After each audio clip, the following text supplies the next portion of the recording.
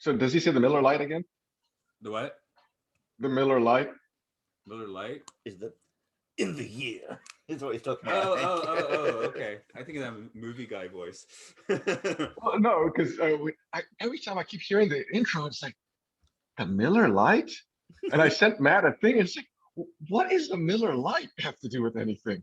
Oh, And it's Oh, the Mellow Light. You're thinking of the the Mellow intro, Light. intro. yeah. That's Matt's friend in Tokyo.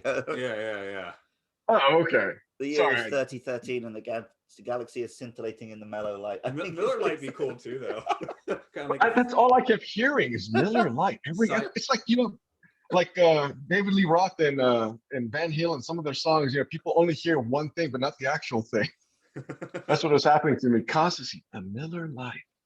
Huh. The year I is guess that's 3013, and this podcast is sponsored by Miller Lite. Lite.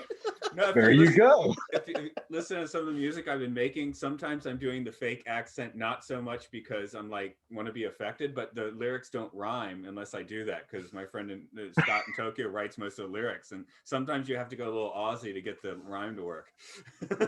Oh, so okay. You said Aussie, and it's like I thought Luke was English. I didn't want to correct you. I have more It's than a one different friend. guy, yeah. That's Yeah. a different guy you're hearing at the beginning. So, Okay, got you. Sorry.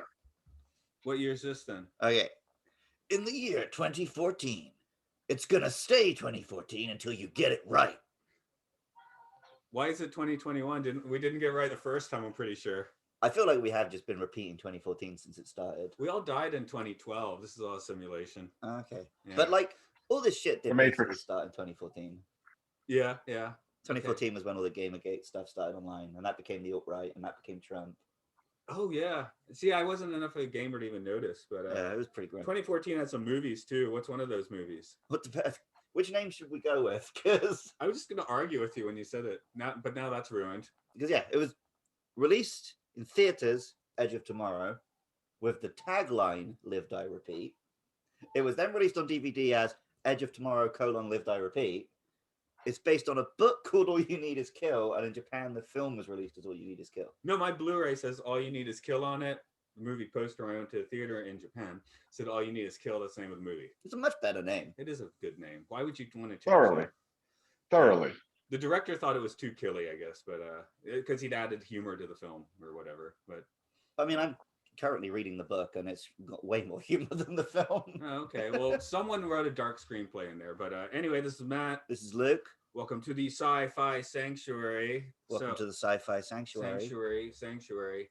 My early movie talk was drive around with today's guest, Dazed and Confused style, a couple of dorks talking way too much about movies in the car. So hello, Jonathan Liang.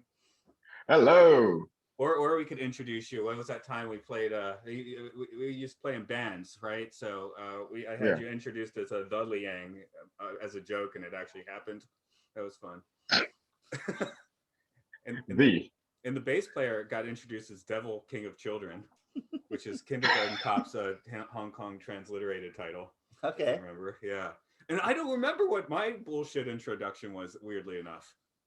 Do you happen to remember that? You know what I'm talking about? No. Playing downtown Athens, Georgia, behind the guy from India who I gave him joke introductions, and then he used them because I guess he. What was his name? Aban.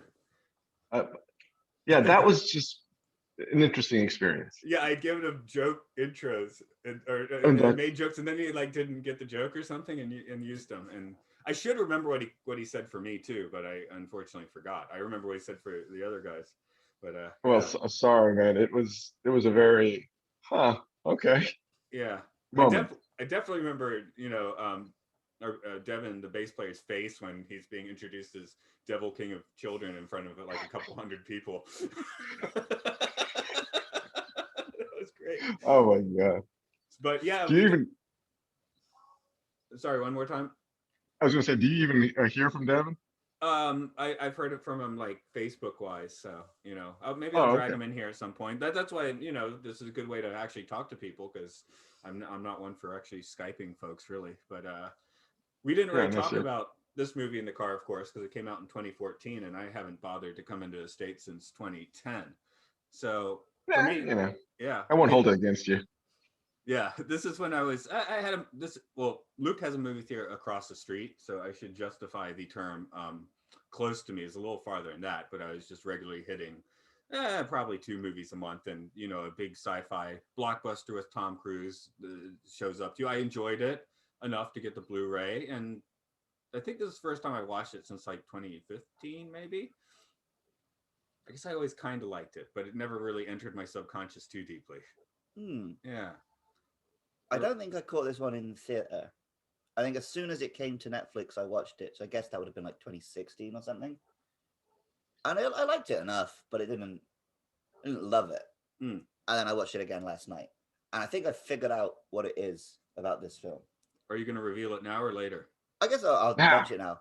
I love everything about it, except all of the design, which is boring as fuck. Okay.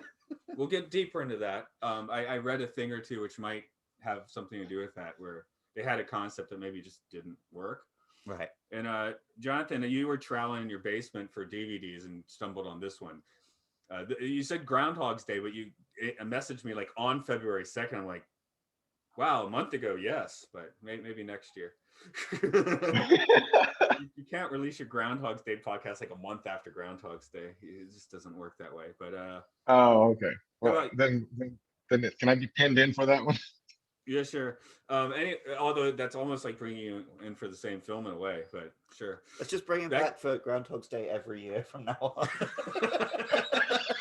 We just keep redoing it. That works. That's the definition. Yeah. One day I'll get it right, and then we'll move on. To All You Do Is Kill again. So, did you catch this one in the theater? No, I didn't actually. I watched it. It was one of the downloading. Oh, it's a Tom Cruise flick. Okay, I'll watch it. But I actually enjoyed it. I'm not gonna lie. And it's like, oh, this is Groundhog's Day, but in a different twist, and so I enjoyed it. More blood than Groundhog's Day, except for the director. Yeah, of course. Directors could have Groundhog's Day. That's a different story. Yeah, no, it's a Criterion edition. You're joking right now. There's no director's cut. Okay, because I know the film does get kind of macabre in the middle there, but oh yeah, good point. We could have Bill Murray splatting on the ground. Yeah. Also, don't forget the toaster scene in the bathtub. Oh yeah. We did that a few weeks ago in my educational film podcast with Powerful Stuff, where you just keep seeing kids getting electrocuted over and over. It's a film they made me watch in physics class when I was a kid. Oh, okay. I just, hey, it's a different culture over there, okay? They frown upon that over here. I mean, I don't know. He asked Matt about it. Do they? From some of the stuff Matt showed me that he watched, I don't know if they do. Well, back then, Matt hasn't been back since what, 2010? True. Blood, white, and blue. That's America. Wow. No, America, sir. America. Where's your AR-15, sir? You could get like an airsoft version of that in Japan. You can have Optimus Prime's little gun over there if you want to wave a gun around. Oh, okay. You really have all of those toys? I've got a couple here. Most of them are still in the UK. I only had Jetfire. Okay, but that's a different one. It's the one from Bumblebee. Is it? Okay. I thought it was a classic one. Okay. Because I thought, the classic one, the headlamps had the fists. You put the fist in the headlamp. Yeah. Okay, so I don't think it's an AR-15. It's a laser, probably. No, it's upside down as well. You know what that looks like something from Star Wars. Yeah, something a stormtrooper would carry. Transformers. Yeah. But today is All You Need Is Kill. We're killing it. Yes. So you want to tell us that story, man? Yeah, I can do that. You can go on tangents. It's fine. William Cage is an army propaganda merchant with a silver tongue and a bad attitude. After saying the wrong things to the wrong general, he gets sent to the front line. Dressed in a jacket mech suit, he flies off to Normandy to battle the Mimics, strange alien foes. In a harrowing battle, he finds himself drenched in the blood of an alpha and dead. He wakes up at the start of the previous day. Caught in a time loop, Cage learns to fight the Mimics, eventually teaming up with Rita Vrataski, the full metal bitch, the Angel of Verdun. Through many versions of the same day, Cage falls for her, kills the aliens, and saves the day. There's a story. Okay. So, getting into actors, do we start with Tom Cruise, or do we start with the number 3 or 4 on the call sheet? The only really important one. This is our Rest in second peace. Tom Cruise. The what? This is our second Tom Cruise, I think. Oh yeah, we did Minority Report. So. Yeah. This is Tom Which I heard Cruise. that one. That was a good one. This is Tom Cruise at his best, because Tom Cruise is best when he plays someone you're not meant to like. Oh yeah. Because he's got a punchable face. So when he's playing this guy, you start the film like, oh, this guy's a bit of a dick, and then you slowly come around to him. That's the best kind of Tom Cruise. Yeah. Even Top Gun, right? Maverick's kind of a douche, but over the course of the film, you learn like, I guess he's got a heart of gold. Did they actually release that newer one, or did it get not yet? Caught up in it got caught up in all the wilds. Okay. I mean, it's just him in a cockpit, so I assume they can film it socially distanced. The entire movie will be him in a cockpit. but that movie, if you ever pay attention to some of his action flicks, two things are mandatory, and I actually put it in my notes. He has to ride a motorcycle, and he has to fly something. Mm-hmm. It's almost like it's contractually obligated. Well, I think it literally is the case that he makes these films around whatever stunt he wants to do this time. Like they are literally making this Top Gun because Tom Cruise learned to fly fighter jets. He's got to run a lot. There's got to be lots of running. Yeah. Well, but that's a foregone conclusion when it comes to Tom Cruise. Come on. Yeah, but it's like with Tom Hanks. When it's Tom Hanks, he's got to pee. Woody Harrelson's got to dance. Yeah. And Brad Pitt's got to be eating something. Schwarzenegger has to have a feat of strength. Yeah, I guess you guys, everybody's got their signature. Yeah. So Tom Cruise is running, and the insane stunts, which he likes to do. But I mean, I do love seeing his insane stunts, so that's not a complaint on my part. So is this film sort of like a, like a display of the power of Scientology, or what? No, this film is a way to set him up so that when he gets too old to actually run, he can do it with robot legs. Oh, right. Although I heard those suits were like, they had like foam ones and metal ones, and metal ones are like 80 pounds. They like hang the actors from chains between takes, apparently. So they didn't have to carry the weight of the suit. Wow. They're not actual mechs. They're like the Hellraiser chains, just rip into your flesh, that kind. I remember that movie. But he's good in this. I think it's one of his better sci-fi roles. I mean, Minority Report, he's just kind of like base level unlikable the whole time. Wait, because when we watched Minority Report, we were like, oh, the other guy's actually the good guy in this. Right, like exactly. Colin Farrell was the one who was actually right in almost every case in that film. War of the Worlds, I guess, is okay, but again, he's just like a shit dad. Yeah, that's an alien invasion too. Well, this is also, isn't it? So, yeah. Okay, I need to rewatch Minority Report and need to watch that one. I hadn't seen that one.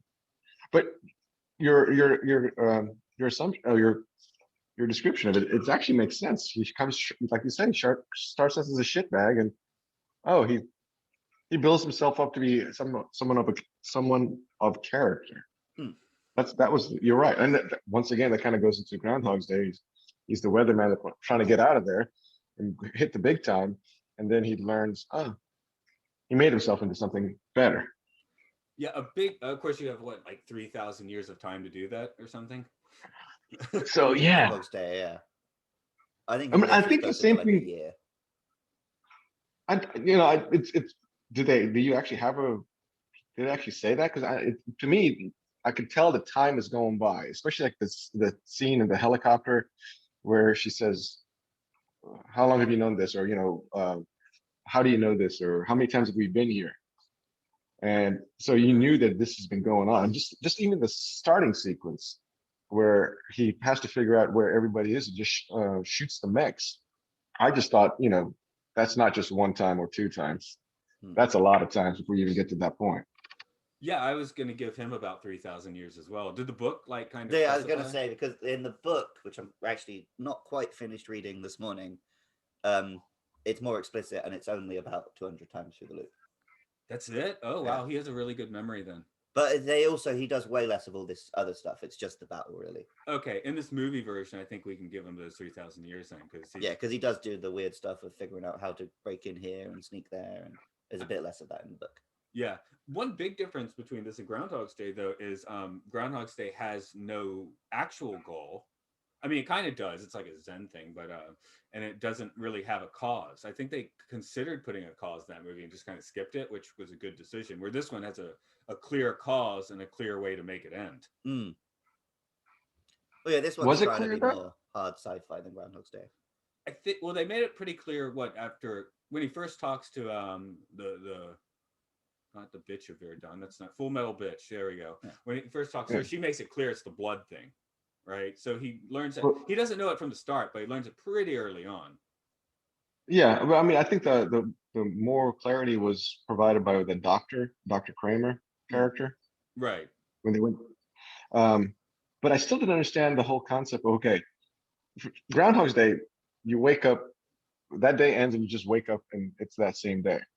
Here, he wakes up on the ground after he's been stun gunned, or the electric shock gun. And so that's his point of reoccurrence. And what defines where it occurs? Because I'd actually always read it that assumed he's recurring while he's still asleep, and that's just the point he wakes up. But then the end of the movie, he's awake. So I'm just going to throw out my theories. It's just a straight up 24-hour thing. Yeah, because at the end of the movie, he wakes up asleep at a different time. Right, but because he died earlier. Right, because they completed their mission like in Paris, like probably at least 6 hours before that battle. So I assume it's just an X amount of time earlier, but it's just because he's asleep, he always becomes conscious at the point he woke up. Oh, he's asleep on the helicopter, is he? Yeah, I think he's like dozing and he wakes up. And the previous time he's asleep on those bags and he wakes up. Okay, so the battle occurred during the day. Agreed? Yeah. Yeah. The next day. Okay. He the next day, correct. During the day, and he gets splattered with the alien blood. But when they go into Versailles, it was dark. So it's the night before the battle. Was it? Yeah. Yeah. Yeah, because that's the whole point. They say we need to get there before the battle starts and kill the Alpha. Yeah. So the way I see it, 2 o'clock Sunday, he arrives in London. 3 o'clock, he goes to the London Hooters. 4 o'clock is a meeting with the general. I'm gonna stop you right there. The Hooters in the UK are shit. Oh, okay. Where should he go? I mean, we just have actual like nude bars. The law's less strict than it is in America. It's got on them. Okay, 3 o'clock. No, you have them in the States too, but who just told me this? That apparently it's like the strip clubs in Atlanta that have the best chicken wings. Don't look at me. No, don't look at me either. I just heard someone say it. Like, if you want, like, apparently, if you look at a list of like the best chicken wings in Atlanta, this is deep south, so chicken wings are a big thing. Apparently, like 7 of the top 10 are like strip clubs. So I did hear on How I Met Your Mother that the buffet at strip club is always surprisingly good. That's how they get them coming back, So anyway, he goes to a fucking fantastic chicken wing titty club at 3 o'clock, meets the general at 4, gets tased at 4:30, wakes up maybe 5:30 in the staging area, and blah blah blah. Battles next day at 10 a.m. They slept in a little late for a battle. Okay. So the battle in Versailles, or actually it's the Louvre. The Louvre at the end would be like midnight of the previous day. I guess. But okay, but so he meets the general. He gets the stabby thingy, and he gets blood, and then they escape. So that's still the same day. Yeah. And then they have to, that night they convince the compadres. Okay. They have to do it real quick, yeah, which is surprising. That's the thing. Healthcare in the UK is really good. Right. Is it? It's free. Okay, it's free is one thing. I'll tell you that. Everything my job is good. Yeah. Like chicken wings at a titty bar. That's why they're so high on the list, is because people think they're good because they're free. There we go. Okay. You have to pay you gotta. I mean, you're paying a premium elsewhere, but hey, you always got to pay the silver. Yeah. Well, it's okay. She's just badass, so it's not a horrible segue to move on to Emily Blunt then. Oh yeah, she's great in this, to be honest. I did. I agree. And this is what pre-Force Awakens, and sort of this being the biggest feminist summer movie for quite a while. Is some of the reviews were throwing that out at the time. Yeah, they do a very good job of making her seem actually badass, not just like a supermodel who we're supposed to believe is kicking ass. Yeah, through 75% of the movie, she's dragging Tom Cruise through stuff. Yeah, and also she's killing believably ripped. Yes. Like, yeah, she looks like she could kick my ass. Probably could. But the thing is, they didn't make her like a sexy model or a sexy badass person. She, you know, it was very. She played the role very well and very believable. No, she was, you know, like going Klingon warrior on everyone. So, and that's an effective term, and also very, very matter of fact. Like, she murdered him constantly, and it was just part of the job. Murdering you is just part of my job. Well, because she'd been through the same thing, right? So I guess you do just get detached in that Bill Murray Groundhog Day kind of way. Now that she's aware of the loop, she is pretty detached from any of this mattering. No, of course, I'm just taking it out of context. Murdering you is my job. No, and you're absolutely right. But both of it is funny. But as I was watching, I was actually rewatching bits and pieces of it. You know, she's absolutely fine with popping him because she knows that we'll get right back to a loop where you are. And so when he lost it, he said, "No, I lost it. No. You know, like, he had to like really try and convince her, and he did an effective job of acting that scene out, where she was about to stab him, if I remember correctly, and he had to convince her, no, that's a bad idea right now. That briefly, I was like, before the scene where Tom Cruise lost it, when she's talking about losing it, I was like, is that a plot hole? Because how would she know she'd lost it if she didn't die? But then when Tom Cruise loses it, he's just like, you can feel that you've lost it. Yeah. And we can see it like. Oh, yeah, you remember that line. Yeah. So I was like, okay, I guess that's how they're getting around it. That's where a throwaway line becomes effective, I guess. Yeah. Just throw it in. But anytime we come up with like a stupid plot hole, I'm like, you could just put in one line and it would stop nerds like me caring. Well, I mean, to that point though, you're right, because she lost it, but then she kept dying also, but she kept coming back. But yeah, she was coming back because he was looping. But because I guess he's looping all of reality. Does that mean the head alien, which his name I forgot, it's not the Omega. The Omega, thank you. Does that mean, like, is there only one reset? Like, now Tom Cruise has it? Yeah. Should I tell you how it works in the book? Because it's a little different. Okay, let's hear it. In the book, they send back like. So technically, it is just a dream of it happening, but he just gets linked into the mimic sending it back. Oh, okay. So they are sending it back to themselves, but he gets to hear it as well. Okay.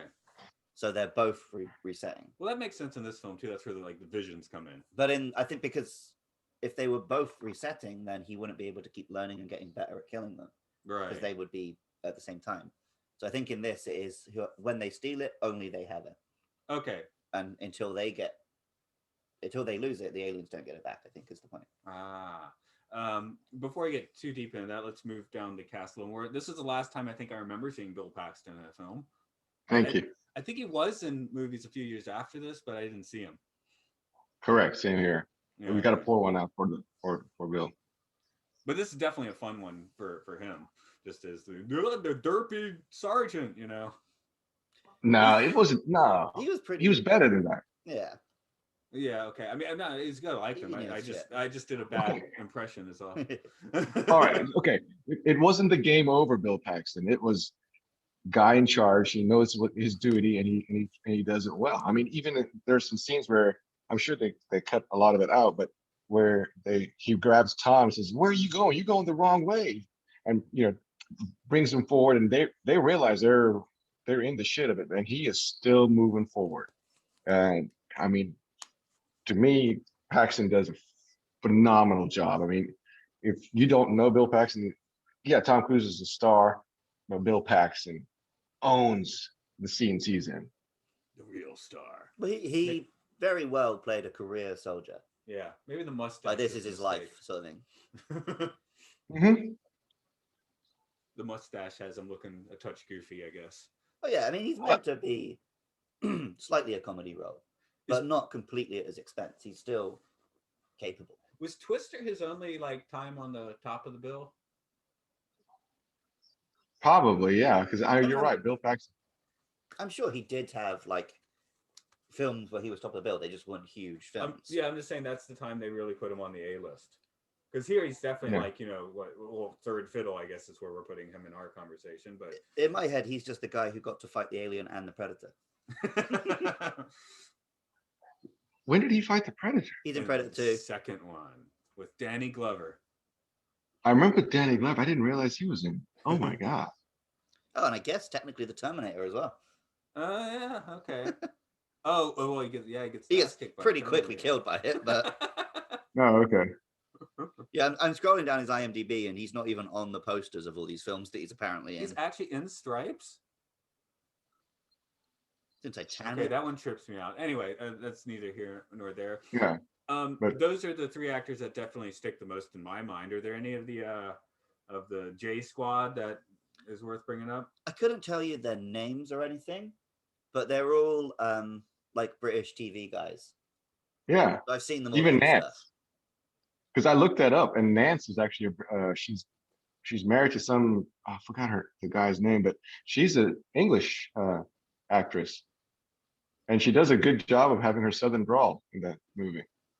Yeah, just as a fun fact, I noted that apparently, like Warner Brothers filmed the Harry Potter films like as a rental near London, and this is the film they used the same studio and just bought it when they made this film. So. I don't know. That's not that. Now that I said it, doesn't seem that interesting. But yeah, I guess there's just there's a surprisingly small cast in this film when you get right down to it. It's just so focused on the two leads. Yeah, like a lot of these guys, I definitely. Oh, I've seen you in Game of Thrones, and I've seen you in some sitcom, and I've seen you in this. But I couldn't like tell you their names and stuff. But they all do the job very well, and they're memorable. They all play a very over-the-top character. Because they have such a small role and they repeat it over and over, you need to get their character from a small number of lines. Yeah, exactly. And then and you get a little more pieces of them and their, I guess, their strength in their roles of it. Like, they're willing to die for him. They've, what is it? Even the guy that was shooting the machine guns, and then he gets shot up, and then Tom jumps out there. Yeah. Anyway, sorry, I'm like resting. But to your point, yes, I can. Sacrificing themselves to the detonator. Of course, they come back the next day. That was a claymore, sir. Yes. A few months ago, I was like, Claymore's sword. Now I don't know what a claymore is again. Claymore is a sword, but then it's a sword named after it. Oh, okay. Right. And that's where you were coming with the video games, because they got the claymore, which it's a gun, right? Usually when you're gaming. What? Gaming. Oh. You said, I think when I was like Claymore's a sword, and you were like, I don't know about that. No, for some reason I had it in my head that a claymore was a morning star. Oh, okay. That's just a different thing. I was just wrong. Okay. Anything that gets the job done. In the book, the Full Metal Bitch and the main guy, instead of just having those swords, they have big red battle axes that only the mechs can swing.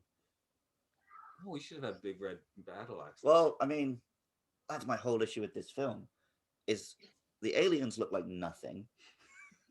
The mech suits are just some metal pipes around them because they don't want to cover up the actors' faces. There's no memorable music design in any of it. Whereas we could have had this sick anime big mechs killing monsters shit. But no, because Tom Cruise has to have screen time. Well, I at least read the wikis. That's the helmet comment. Yeah, there's descriptions for the things you just mentioned, which I'm not using this like as my personal excuse. I'm just saying this is like what they were doing. Apparently they wanted the aliens to look like obsidian, like they'd be cutting through glass, which turns out to be maybe a better idea on paper than in the visuals. I'll give it. There were one or two moments where I was like, okay, the aliens kind of have something. Early on when you first see one, it like screams and it like shoots out in all these weird directions, like it's made of like an audio waveform or something. That was cool, but they didn't lean into that enough. Most of the time, it's just like one of the forgettable Transformers. It's just a tentacle here, a sound effect there. There's sort of a screaming face, but you can't really make it out. What if? Because and do they roll or do they tumble? I mean, I never understood the movement pattern. And then how come bullets can stop him, or Tom can just finally knock him out and punch him, or use the axe on him? And so if they're that easily, I don't understand their strengths and weaknesses. Maybe they're like millipedes. They have lots of tiny legs. I think there was some point in production where they did think of making them all tentacles, which was probably a good choice, and they moved on to the obsidian crap. Yeah, I don't know. They just. Okay, I'm going to be the dumbass. What's obsidian? It's like a rock that's kind of glass-like the Aztecs would make their swords out of obsidian. Black, Okay. A black rock, yeah. Okay, but the creatures that are like, yeah, they're just they don't gray even, metal nothing. Yeah, they yeah, might they fail. mechanical, but octopusy slash no, sorry, no pun intended, or squid-like rotating mass with a roaring orange yelling Vagina. component. A lot of films have this recently, where it's just no one has sat Dazzling. down and taken charge of. I'm going to design stuff. The Tom Cruise War of the Worlds, the tripods look great. When you see the aliens, it's like that's kind of the Independence Day alien. It's kind of E.T. It's nothing. Yeah. Even Transformers, right? The characters they care about, you get these really cool Optimus Prime designs, but then the cannon fodder Decepticons, they just let the effects department do it, and no one takes charge and gives them cool designs. So like Matt is always saying, like, I can't tell who these characters are. They're just gray shapes. And you're right. I've only seen the first Transformers. Unfortunately, it was not very memorable.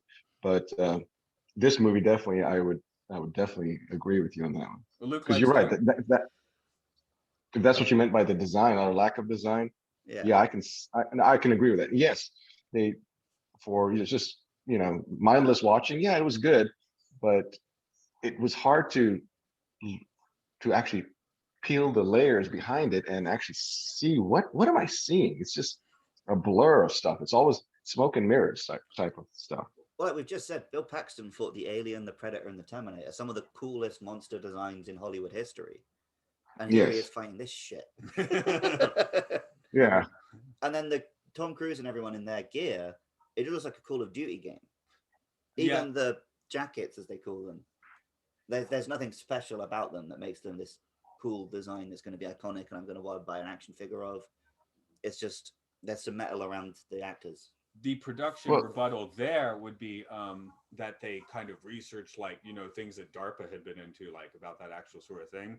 So they're supposed to be mildly based after possible real world designs. I get that and I understand that. But yeah, they don't look anime cool. That's the thing. I don't care. It's a Tom Cruise stupid sci-fi action vehicle. Just do some stuff that looks cool. I don't care if it's realistic. No, there's nothing, realistic about a Pacific Rim Jaeger, but those certainly stick in my mind more. I can close my eyes and picture several of the Jaegers from Pacific Rim. I couldn't draw you a picture of what Tom Cruise is wearing in this. Well, you just draw a bunch of triangles, not triangles, rectangles and squares, really. Yeah.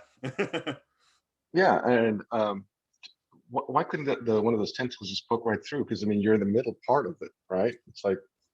It's like what you said about RoboCop. Just don't shoot me in the face. Yeah. Although with RoboCop, when he takes the helmet off, you can see he actually is metal under there, and the skin is just stretched over it. So, you get that. Yeah. I'm glad that you get that because I paid attention. I've seen that movie way too many times, and whatever. But you're right. It had that look where it was brought into that was actually artificial, just to sort of create something that wouldn't frighten people. Right, something to speak to you. But yeah, it's even more creepy once you notice that. It did. Sorry, it brought to mind Shazam. Just shoot me in the face. Yeah, that was fantastic. Because actually, my wife had just said right before that, oh, what if they shoot him in the face? So shoot me in the face. So happy about it. But that's a different movie. Tom Cruise does get shot in the face a lot here and melted in the face. That first death is impressive with the face melting. Yeah. Nice and gory. I did like for things I did like design wise. That was certainly one. Well, see, I don't know if that's design or just effects, because the effects here are good. I never don't believe what I'm looking at. I'm just not that wowed by it. I definitely enjoyed his rolling under the Humvee. Oh yeah. Right. That gets into something that actually does bother me a little bit at this film. Every now and then, after Tom Cruise dies, you still see a little bit of reaction after his death. So is he creating a separate universe each time he dies, where it just goes on without him? It would have been or is it just that he's slowly dying and there's a couple moments for them to react? Oh, that sounds good. Go with that, because I mean, you got to have that, you know, punchline, right? Right, but yeah. Wait, it's Bill Paxton. Why would you do that? There's a couple other ones as well. I think Emily Blunt gets a couple as well, where after he dies, she like makes a face or says something. I'm like, oh, how much of this reality keeps existing after he's gone? Because that means there's like all these realities where she's just murdered a fellow officer in cold blood. And she's going to be explaining to the police, no, it's fine. He's going to wake up in a different time. You just need to go to the past and you'll find him alive. It's all cool. Well, you actually bring up a great point. So I wonder if it's when they also go to sleep, everything gets reset. Maybe there's just a whole bunch of really fucking horrible parallel realities out there now. Yeah. Well, at least for those two. Well, okay, so as well. So. Yeah, the world as well, but so if we just go back real quick. So the mimics, the alpha, and then the omega. And if the alpha loses the blood or splatters the blood on something else, then that device or that person gets to reset and control time. Isn't that a flaw in their own being? What it could be a biological thing, right? Where you can kind of try and wield it, but you can't control it. Yeah, I don't think they were. I don't necessarily get the impression that the mimics are designed. They have either evolved biologically or they've accidentally gone out of hand in some science lab. So yeah, it is a flaw, but I don't think anyone created it. Yeah. It's just an accident. It's the whole Achilles heel idea, right? Well, also, I think, right, because how often do they die and then their blood gets melted into someone's brain? Like, right. it's a rare enough occurrence that I guess it hasn't affected them. Well, it happened twice. Yeah. It happened twice. But in like a bazillion battles. Fool me twice, I won't get fooled again.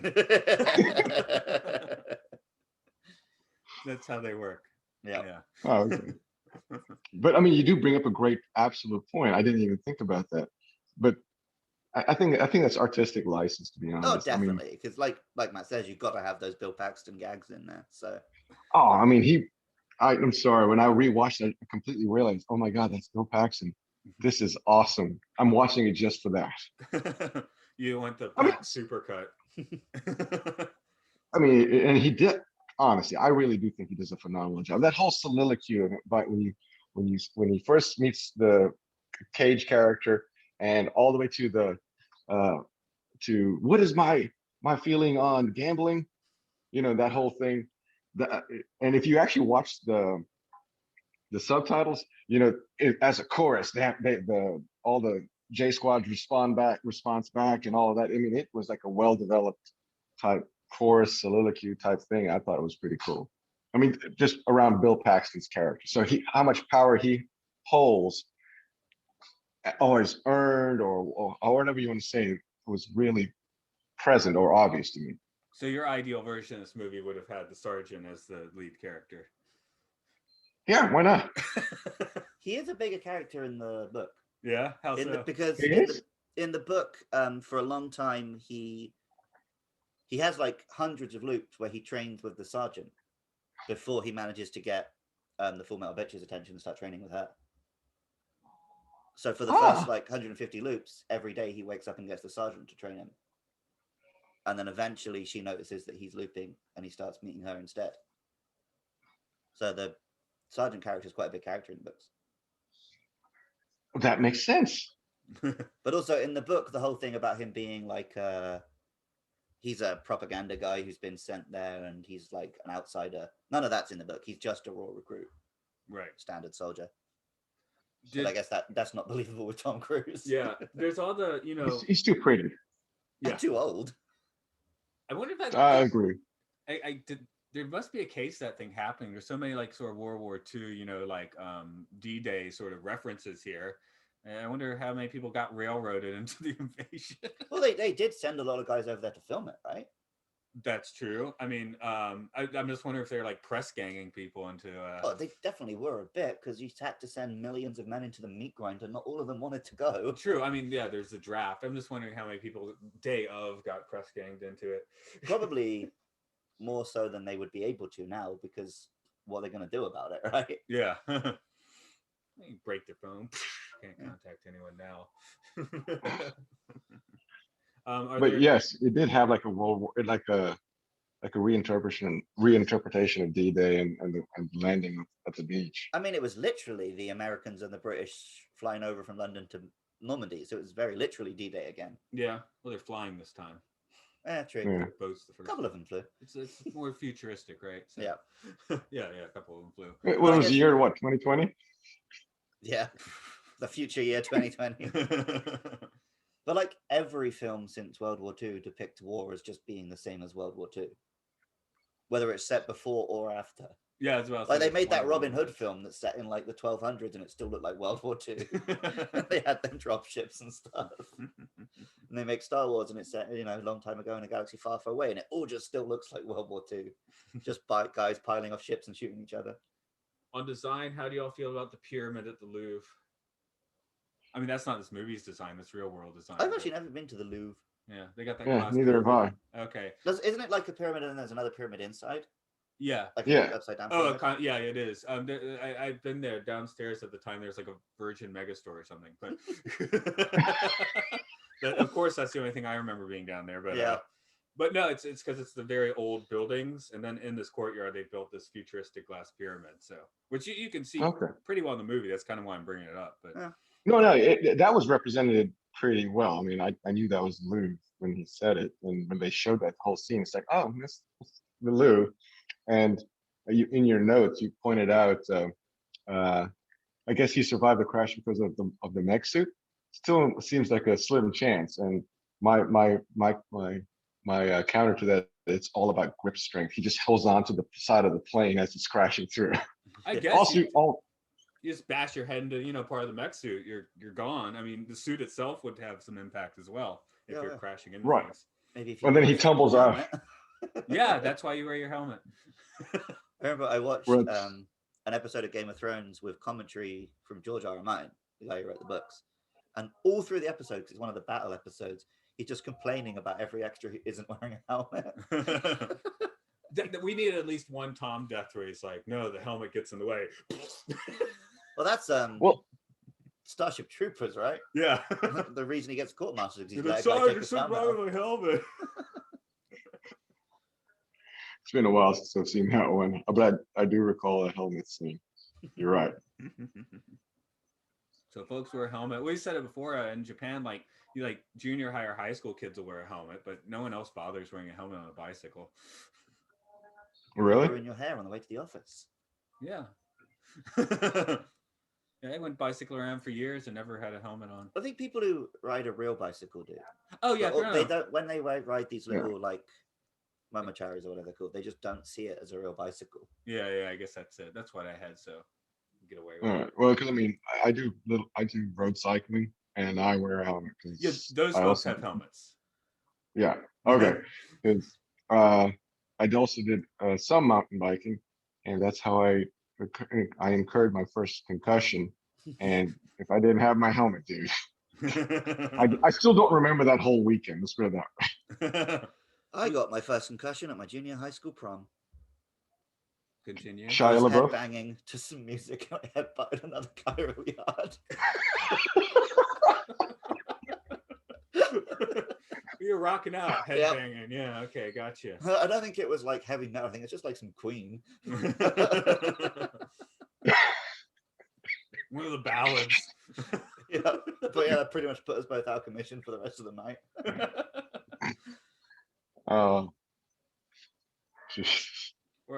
I remember you having weird hobbies, like skydiving and lighting up Roman candles in the parking lot for no reason. Those were choices. I never quite got the Roman candle one. I get the skydiving one. Sure, I mean I haven't done it, but yeah, I get that one. But I don't recall all of Roman candles, but I got inebriated and had some Roman candles, and it's the good ones are the jumbo Roman candles, and you feel fearless. You just hold it and poof, poof, poof. It's kind of cool. Yeah, you were I enjoying haven't. that alone in the parking lot. What I did. I practiced firework safety right there. There we go. Yeah, right. Send the rest of us in. No, anyway, that was just a fun memory there. So why is he doing that? Yeah, When did I do that? Fireworks ever is when there's no one around to see them. True. You Yeah, can't hurt anyone it's but just yourself. a personal fireworks show. And when did I do this and why? It was like after band practices or something. Did I really do that? Yeah. It's entirely possible that you didn't, and Matt has just somehow invented this in his own head. Oh no! Yeah, like freaking Star Trek. No, we're Was this in Athens? Yeah, this is in Athens because we were up to no good. And we were just like, why is he doing that? I think we got drunk that night. That sounds. It sounds like you were probably drunk. Yeah. Sounds like something that could have happened. I never got that drunk, but I think that was that the time I told whatever her name was, she's got junk in the trunk. That might be right. Yeah, dear listeners, never tell a compliment and say, "Hey, maybe you got some junk in the trunk."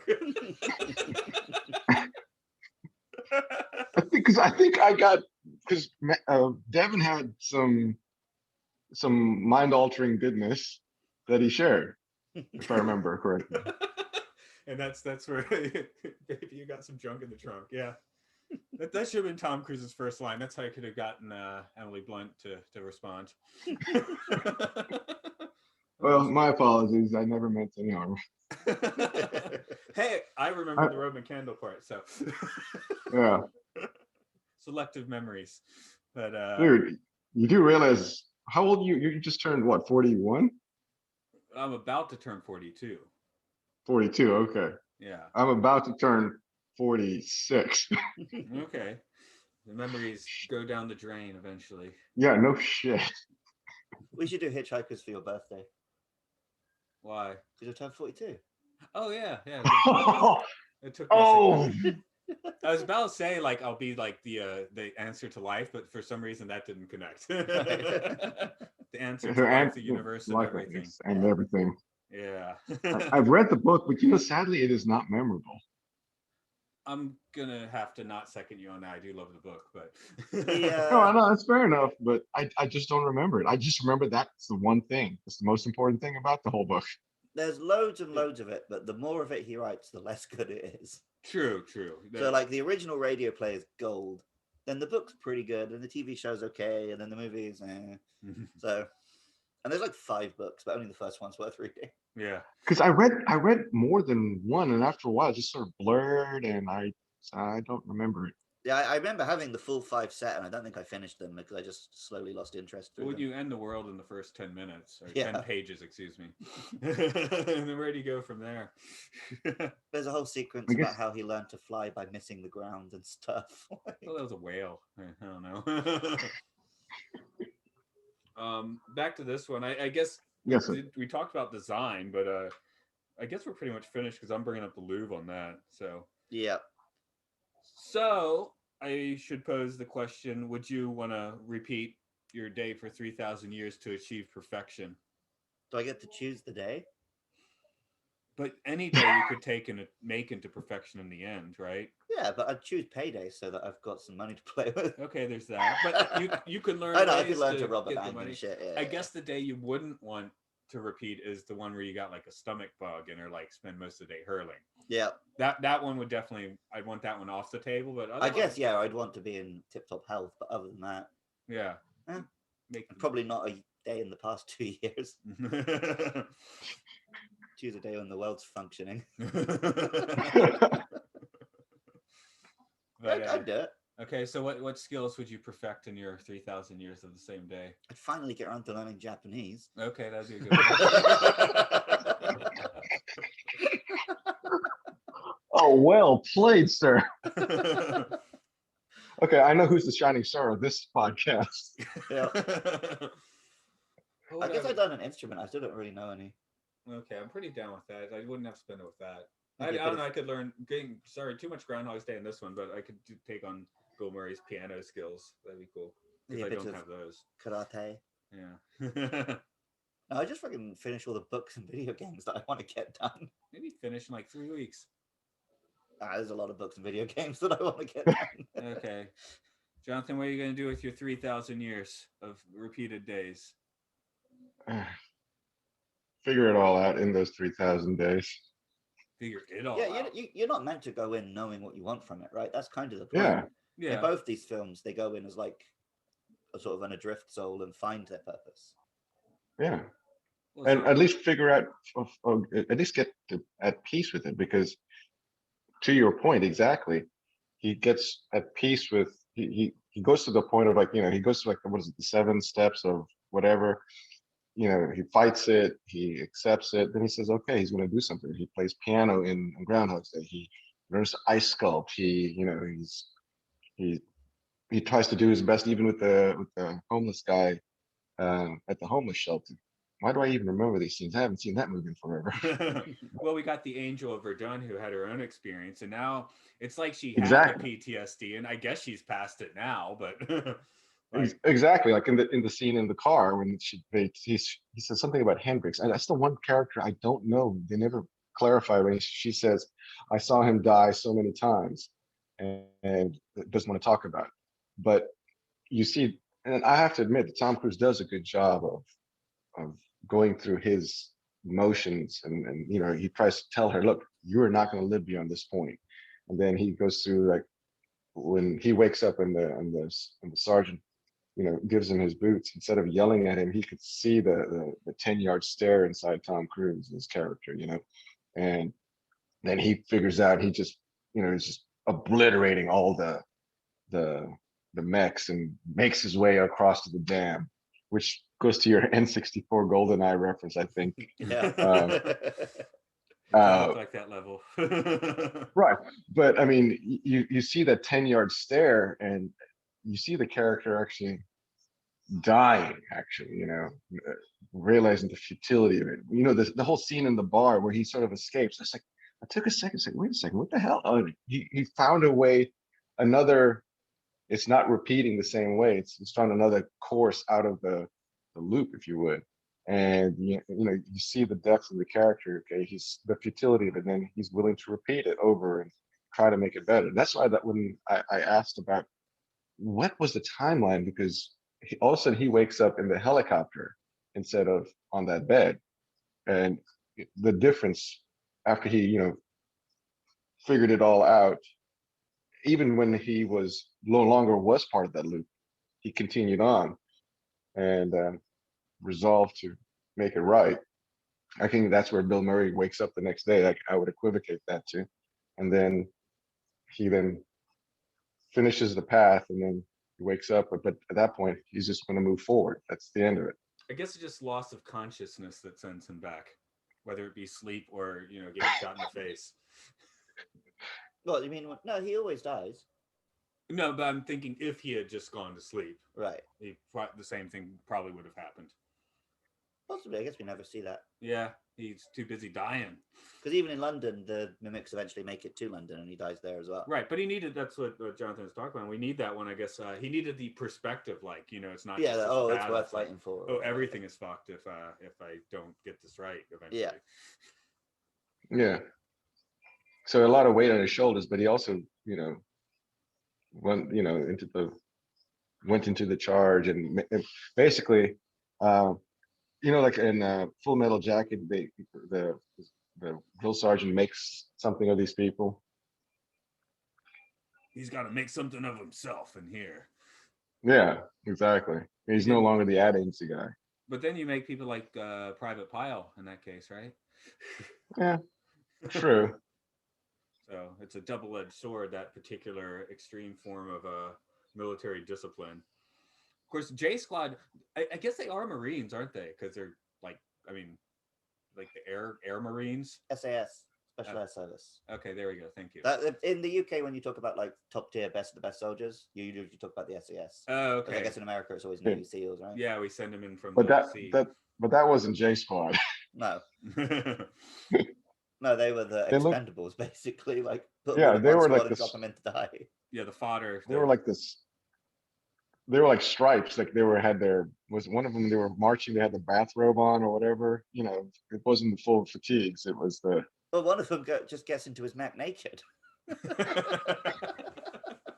now he had a jock strap. I mean, in all fairness. It might have been a hot day. They didn't specify what time of year this was, did they? I don't remember. It probably doesn't matter. I'm going to assure you, there is no day in the UK where you would go into battle naked. Especially not over like the sea breeze. Well, if you spent the night at the pub. Oh, well, yeah, definitely. Like we do every night. Not anymore. No. So. That just got real. I'm not sure if he was referencing the fact that I've gone teetotal or the fact that the pubs are all closed. I was going for the pubs are all closed. Okay. Yes. Go ahead. Teetotaler is you don't drink? Yeah. Okay. He stopped and he kept his discipline. Well, I stopped. Oh. At first it was discipline, and now I just don't really want to. Fair enough. Good for you. There's that. But this movie, I guess we need to think about how it's holding up today. I think there actually is a sequel that's sort of been in the works for a few years now. Live, Die, Repeat or something. Yeah, they've been teasing it, and it sounds like they might be trying to do something interesting with it. Because I think it's going to do some weird Back to the Future 2 timey-wimey stuff. And apparently Tom Cruise has a great idea for a sequel, is what all the interviews say. And he doesn't age. He can still get away with it, I guess. He could literally be playing the same character on the same day, yeah. So I hope they do make one. Like I said, although I did bitch about like it doesn't have good design and stuff, I did enjoy this film and these characters. So if they do something fun, well, I'd want to see it. We got this far and without mentioning Doug Liman, the director. He did at least the first Bourne movie. So he is one of. He did all of the Bournes. Did he? I don't know if he did so. The later ones where they don't have Matt Damon. But well, they did one without Matt Damon, then another one where they brought Matt Damon back. Okay. Anyway, I think those first three, I think were him. But yeah, he, I guess he's pretty much got his action cred down. Yeah, but also all of those films are a bit grey and drab, and yeah. So I guess he is a guy who does good action, but doesn't really care about design. Yeah, I guess that's where we are. So it's good he didn't get his hands on Transformers. Would have been more ridiculous in design wise. Well, and if you notice, it's no. This is not a Tarantino movie. You're not going to have a 10-second, before a cut. Right. It's like cut. It's almost as bad as it's not. It's better than what's his name? Transformers director dude, where you basically almost get sick from all the cuts happening. I mean, the worst for it was the Taken films. The Liam Neeson action ones. Who directed those? I don't actually know, but there are scenes in that where in the course of one stunt, you get 10 different shots of just like Liam Neeson jumping a fence or something. Those ones are famous, but that's because they're trying to hold the fact that he's like a middle-aged man who can't really do these stunts. So we'll just film you doing one step at a time, and then you can have a 10-minute break in between. Fair enough. Tom doesn't care. He'll try it anyway. Because what is he now, 55 or something? Yeah, I think so. He's up there. But you know what? Human growth hormone is a wonderful thing. I don't think Tom Cruise has any human growth hormone because he's about 6'6". Adrenochrome. Well, this is just what's possible when you get rid of all your negative thetans. Well, like I said, it's all the advertisement, isn't it? Yeah. Well, at the start of this film, he's literally advertising joining the army. Did any of those adverts ever get you? You said you thought about joining up on my 11th birthday. Right. But everyone had the thought. I honestly, I should qualify. I had that. I can even, Jonathan will know where this is. I had that thought for about 10 seconds in the Gwinnett Mall parking lot where the Michaels is. Driving my car for about 10 seconds later. Gee, I wonder if I should join the military. And by the time I was out of the parking lot, I think I'd gotten over it. Right. What I always remember as a kid is watching the TV adverts for joining the army. And it's showing like, oh, you'll learn teamwork and you'll learn to be an engineer and you'll get fit and you'll learn to have purpose. Never points out the fact, you'll kill people and might die. Of course, they always gloss over that bit. But I guess that's It's a because we side didn't have any effect. wars worth fighting at that point. Maybe if there were some real bad guys, they'd be like, oh, and you get to go and kill the Nazis. But even watching the actual news, you see, you know, coffins draped in the flag, but I never saw, like, you know, men dying in the dirt trying to hold their own guts in or anything. Well, I remember the war is really sanitized. Yeah, I remember the first Goth War has, by some people, been nicknamed the Nintendo War, because you just see the cannons firing, you see explosions, you don't see any people. If you remember that 1991 Goth War footage, and it's all kind of blurry too. But yeah, people were like, "Oh, it's the Nintendo War." Yeah, you see the tracers. Because the CNN had the tracers at night. You can see them firing. Yeah. If I remember correctly. It literally looks like the scenes from the 1986 Transformers movie where there's just the laser beams over Autobot City. No, I remember, when the movie Three Kings came out, people's minds being blown, because that was the first time we kind of seen like kind of an on-the-ground vision of the Goth War. Oh, and Courage that was a good movie. That was a good movie. Actually, I was about to say Courage Under Fire did it before that, but that was a boring movie. Okay, I didn't see that one, but I did see the Three Kings, and actually, I remember it being pretty. It was Ice Cube. What's his name? The canceled Mark Wahlberg, the perpetually canceled Mark Wahlberg, I guess. Wahlberg. Yeah, Wahlberg, canceled, but somehow never is Mark Wahlberg. Well, he's Marky Mark, man. Yeah. And then Clooney. And then what's his Clooney? Yeah, that's right. And I remember, I don't remember all of it or anything like that, but I do remember saying this was a good movie. You know, after watching it. Is it just proximity to Clooney has rendered him uncancelable? That must have done it, yeah. But yeah, I just remember that being the first like kind of visceral case of Goth War coming out, right? I guess because they just had Private Ryan. It's like, okay, the war cat's out of the bag. I don't know. But yeah, the William Cages of the world have done a very good job of making war this commodity that you can sell that's tasteful and harmless now. Yeah. War is something that happens on the other side of the world and I don't have to think about. Right. War is men in an office somewhere using Xbox controllers to fly drones over and bomb brown children. Yeah. But yeah, we don't tend to see the actual damage of this stuff anymore. So, well, I mean, sanitized. Exactly. Super sanitized. Because I mean, if they don't blur that out, there would be a lot more is this voices about that from Vietnam? Partially, because Vietnam was the first like color photographs. Free press war, right? Yeah, because some nasty stuff did make it to the news for that one. Vietnam. I close my eyes and think of Vietnam. I see like arms missing, napalm burns, whatever. I close my eyes and think of Afghanistan or Iraq. I just see empty houses. Yeah. I see explosions, but I don't see human death. Like the image that the media has created for me does not include the human element in those wars. So that's a huge propaganda victory. They got reporters, they get embedded, and then they have folks like Cage making sure they're not putting out things that are too gnarly. Yeah, even when I see the reporters, they're with like our troops, and there's some fighting going off in the distance, but no, you never see a person die. You never even see like a body in the streets. So like you said, we're supposed to hate Cage of the gang. He's that sanitizer, right? But yeah, like mind sanitizer. They are some pretty fucked up dudes. Yeah.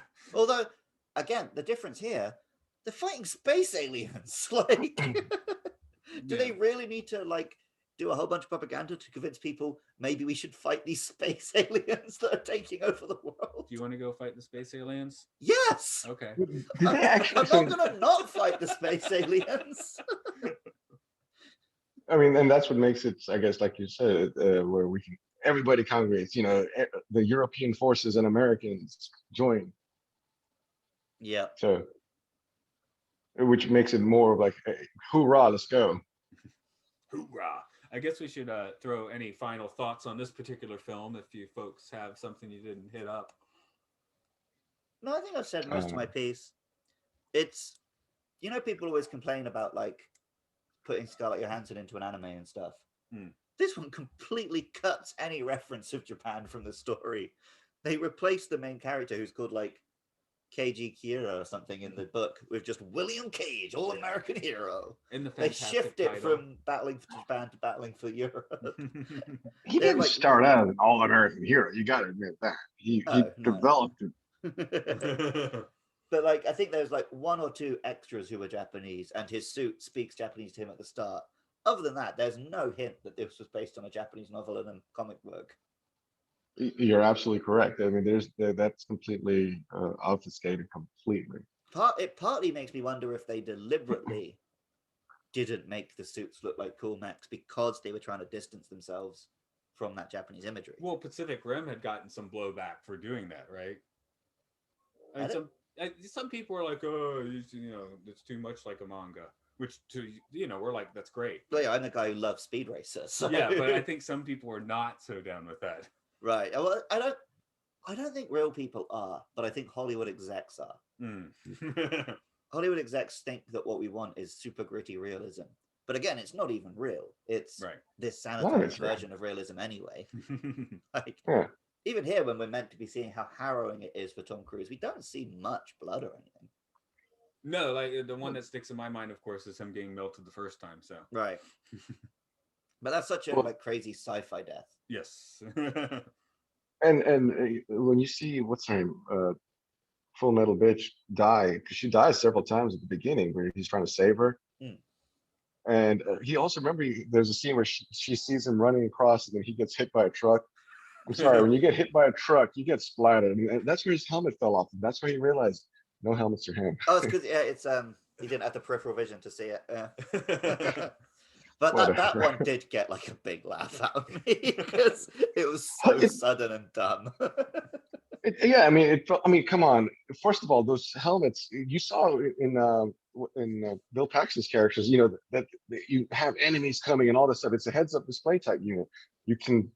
Wouldn't the helmet and his mech suit be alerting him that there's a truck coming? In my opinion, maybe training probably helps in that case. It was telling him in Japanese. That was the problem. Yeah. No, by that time he knew how to fix that. Don't give me that shit. He's already gone through so many loops. No, you give Cage that shit. Yeah. But yeah, that was funny enough that I don't care that it was done. Because it was at the point where it's like, oh, he's making the and dead. It was good. It was so, and you were absolutely right. It was so freaking sudden. I mean, I do remember a music swell as he's running and then he's gone. But yeah, there is a fair amount of humor here. But you said the book has more. That's interesting. The book has a very different kind. The book is one of those books that I can tell was written by a 21-year-old geeky Japanese virgin. Because every other chapter he meets a fit woman who's super into him. And all the jokes are just like dumb bro humor about big boobs and whatever. Yeah. Anyway, Jonathan, do you have any final thoughts to lay on this film on your end? I've said my piece basically, so. No, I mean, basically both of you have said basically culminates in what my thoughts are. I mean, it's a good movie in my opinion. It's a very like a fun romp. You know, you enjoy it. Is it when I started rewatching some of the scenes? Okay, I realized there's a little more depth to it. But if you're just paying, you know, your movie theater, you're not going to get that at the movie theater being able to repeat it because you got to repeat it. That's the whole thing. You're not going to catch all the nuances. Like I've watched Groundhog's Day and I don't know how many times, but more than one. I can tell you that much. Yeah, a movie like this you have to watch at least twice just because they've implanted so many things that you're really not going to pick up till you know the whole narrative. So it's like watching 12 Monkeys. Yeah. I like that very early on it drops a lot of hints that Rita's been through the loop. Because multiple times in the opening scenes they're saying she killed 100 people in her first battle. Right. And you're like, okay, that's them trying to tell us that she's had this shit as well. Exactly. Just a quick side note. When I first watched 12 Monkeys, I didn't actually watch it from the beginning. At Georgia State, they had a theater, and I missed the beginning part, and so I watched it from the middle, and then I rewatched it. It's like, wait a second, you can watch the movie from any part, and you sort of get it. I didn't necessarily enjoy the movie, but it had the same sort of vibe of the repetition. Yeah, that's for sure. I haven't watched that one in like adult memory, so I don't really know it. We'd have to get onto that one sooner It's than later. one that we definitely have to get to, but maybe it's Terry Gilliam, things right? have cleared up. Jonathan, I'm not sure if you have anything to plug, but I should ask. No, I don't have anything to plug. I didn't think you were plugging, but no, I mean, if this doesn't make it out there, that's absolutely fine with me. I just enjoy meeting you guys. All of them make it out there, except for the time that we didn't record it. Well, our part still made it out there. That's true. But accidentally didn't record our guest. Oops. You're definitely recorded though, so we're cool.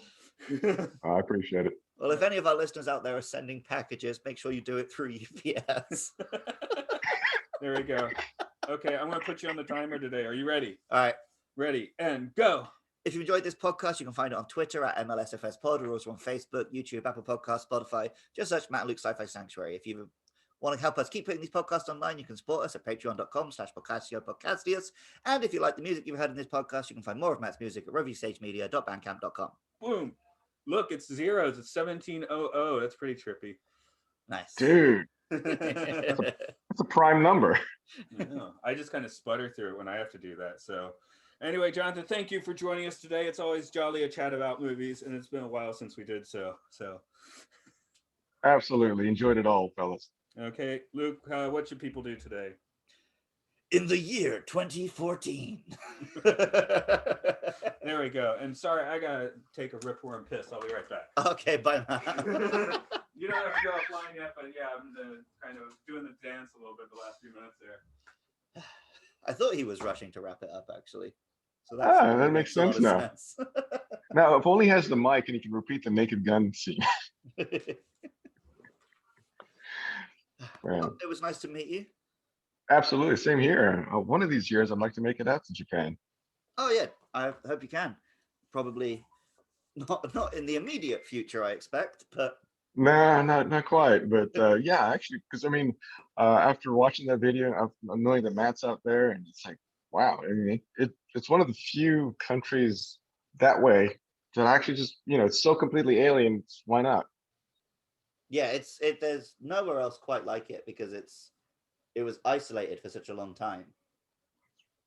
So it's got this very odd feel to it that it's when you're in Japan, you're in Japan. Yeah. Like if I'm in like mainland Europe, I can sort of squint and I could be in the UK, but you can't really do that anyway. No, I think you're absolutely correct. And what was it? Watching when James May made a comment, he said like he's the tallest guy over here. It was just like that was an odd comment that he made, but then they panned around and they showed like everybody's kind of shorter than him, and he's like quote unquote average size. Well, in the UK, I felt like quite a short guy, but here I feel average height. You said that. I remember you saying that in one of the earlier podcasts. You're right. Yeah, so it's pretty. I don't like being around like agoraphobia sort of thing. I don't like being in masses of people, but a crowded train in Japan. Now, my trains aren't that crowded in Nagano, so I'm lucky about that. But, Tokyo, I never get too bummed out because I'm just taller than everyone. So it's not bad. I'm like above the sea of people. Well, I think that is something that's slowly changing because the diet is becoming more Western. Mm. So people are really now. Yeah. If you go back the to diet. Yeah. I was at the Samurai Museum in Tokyo and they've shown me the armor. I'm like, oh, here's the armor from Satsuma. You see that it's like a full head and shoulders taller. It's because they were the only island that was eating meat. Seriously? Yeah. You want to get big, you got to eat your meat. Yeah, the whole thing. Because for the longest time, the Japanese diet was just like rice and fish. But that's meat. But it's not the same as just eating like loads of pork and beef and chicken. Some vegetarians cheat and have. Oh, I just got the notification that you've joined our Zoom meeting. Oh, well, that's good to know. Well, better late than never, right? Yeah. I like the whole UPS thing, by the way.